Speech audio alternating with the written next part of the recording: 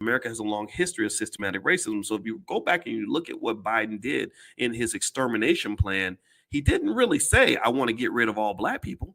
Just like Trump, he didn't hate every black person. He just didn't like certain black people from the inner cities. When he would use coded language, he would say these people, they come from the single mother households, and they're beyond the pale, and what we got to eliminate them from society. Like he said things like that were definitely he made statements that were lacking of the kind of empathy that would come from somebody who truly cared about black people. He didn't care. It's not, and I don't even know if it's his job to care per se, but he didn't care. And so for black people who really feel like he does care, I'm just sitting there asking you, like, where's your evidence? Because when they did that, when he passed that law wiped out entire communities. That wiped out generations of black families. That was genocide. That was genocidal. That's why to this day, 76% of black children don't have a father in the house, because you had a whole generation of black men being incarcerated for very long periods of time. And here's the reality. He wouldn't have done that if they had been white. Remember, the lack of empathy that Biden had for people who were caught possessing small amounts of crack was far lower than the empathy he has for his own son, who's been a crackhead for only God knows how long. Hunter Biden smoked up all the crack.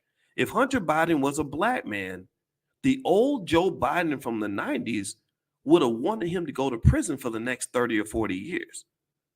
But because his son, because God has a way of creating irony in your life, his son, who's now dealing with a drug addiction, is getting a lot more empathy from him, because he can relate to him. He understands him.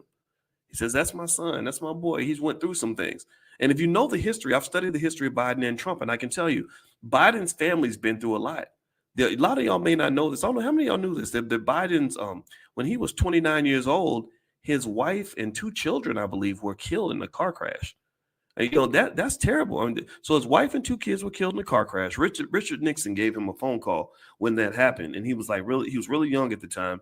And then also his son, his other son, not the one that was on crack, the Bo Biden, I think his name was Bo, the one that would have been a great president if you were a Democrat. He would have been a great follow up to his father. He would have continued the legacy. His son died, I think, from brain cancer after serving in the military. And again, thank you for your service to everybody who's been in the military. So he has a family that has been through a lot, and I suspect that this might be part of the reason that that Hunter is hitting the pipe. I don't know. I'll probably be hitting. I don't know. I'll be hitting the pipe too if I went through that kind of crazy stuff.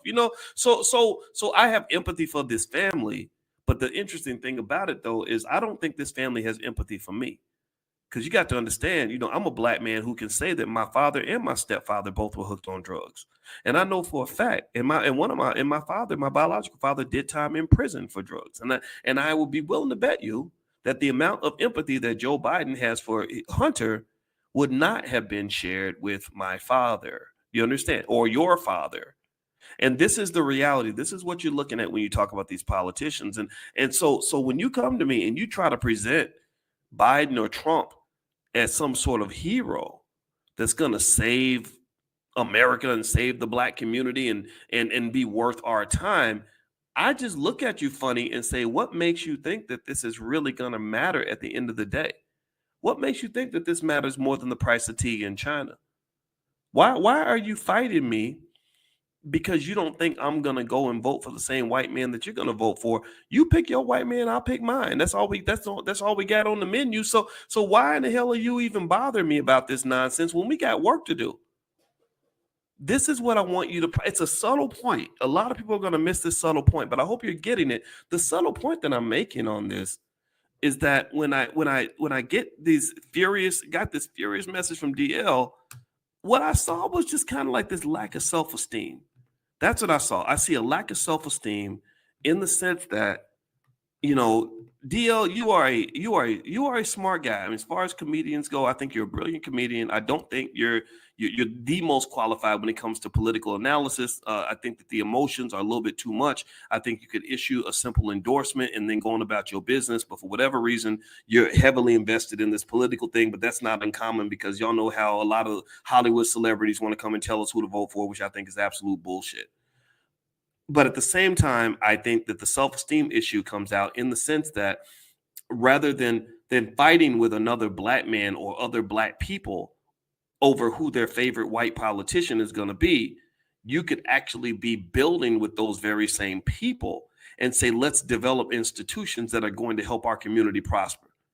Let's get past this Democrat Republican bullshit and sit down as men and as women and figure out how we're going to move forward in a way that's going to lead to some sort of self-determination and lead to some sort of positive outcome that's actually going to show real tangible benefits. Because I can tell you at the end of the day, I hope y'all don't think that Donald Trump's going to be writing a check for reparations. I hope y'all don't think that Joe Biden is going to deal with reparations. They're going to do exactly what they've always been doing.